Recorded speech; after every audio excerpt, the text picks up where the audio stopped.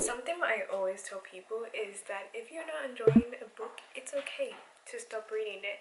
And I feel like the biggest reason why is because when you don't like a book, it can make it a lot harder to read, and after that you may get into a reading slump, which is obviously not something that you want. You want to really enjoy a book that you are able to read it in one sitting. One of my reading goals for 2024 was to honestly read books that I really enjoyed, and you know what that meant? That meant that I DNF'd a lot of books. So I wanted to talk about all the books that I DNF'd. I'm not going to go into too much detail, but I think so far I have DNF'd a good amount of books, and it does kind of hurt my heart, but we gotta do what we gotta do. So far I have DNF'd I think 13 books, and it's April.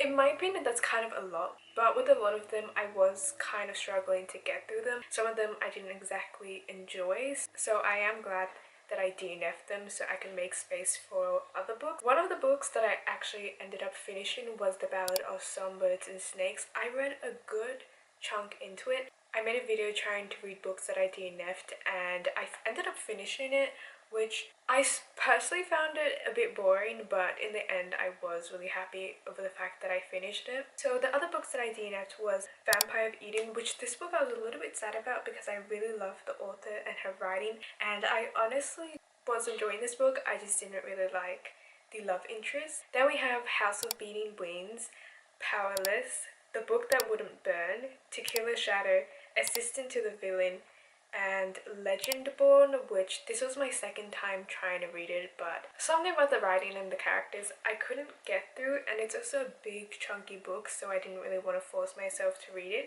And then we have A Deal with the Elf King, Iron Widow, and Swordcatcher, which was another book that kind of disappointed me because I love Cassandra Clare and I was really interested to read this book since it was her first adult book, but I also found it very boring. There's nothing really going on, so I was like, I cannot, okay? I then DNF'd I Love You So Mochi, Daughter of the Pirate King, Evernight. The thing is, a lot of these books have been in my TBR for a really long time, and I was really excited to read all of them, so the fact that I did DNF them kinda broke my heart.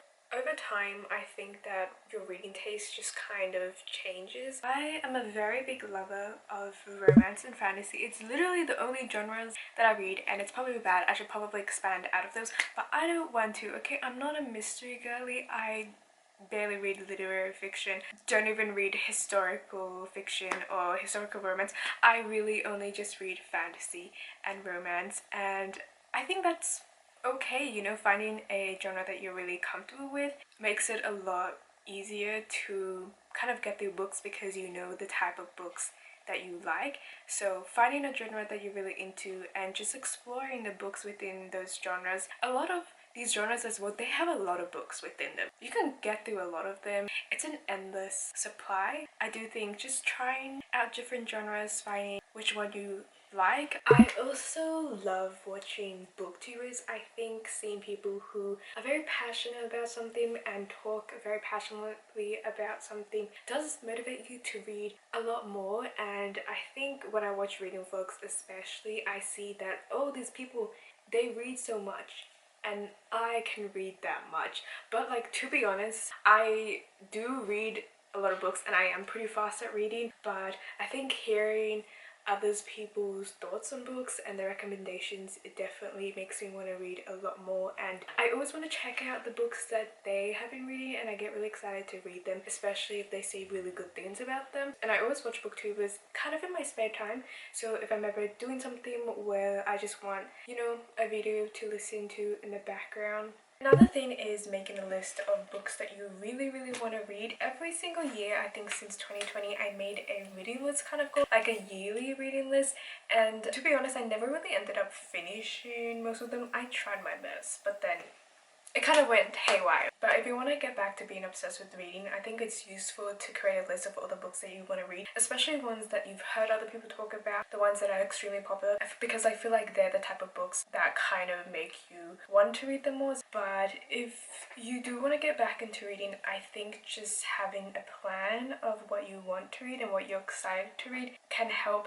motivate you to read a lot more because you have that written down physically. And I don't know, something about checking those books off that you've read, it's very satisfying. Another thing that I'm really obsessed with is having a book with you always. Bring a book with you wherever you go, because I feel like when it's in your vicinity, you want to read a lot more. I always have my Kindle with me because I think it's just a lot more convenient to bring it around, and I can access a lot of books on it. But whether you go to the bookstore or you go to the library, bring a book with you everywhere. I literally read whenever I can. I read on the train, I read in class. Sometimes I even have my Kindle open when I'm doing my schoolwork, and I'm like, I just glance over a little bit, you know, and I read up little lines. That never really works out. I get distracted. But having a book with you all the time definitely does motivate you to read a lot more. And I don't know, I think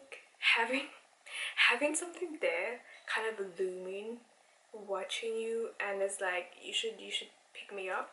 I also read a lot before I go to sleep. That's a lie.